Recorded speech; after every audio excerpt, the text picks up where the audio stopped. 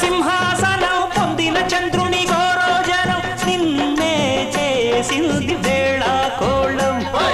ఎక్కిన మదం దిగ్గిందిగా తగిన ఫలం దక్కిందిగా ఏమైపోయింది గర్వం అరే శివుని శిరస్సు సింహాసనం పొందిన చంద్రుని గోరోజనం నిన్నే చేసింది వేళాకోళం ఎక్కిన మదం దిగ్గిందిగా తగిన ఫలం దక్కిందిగా ఏమైపోయింది గర్వం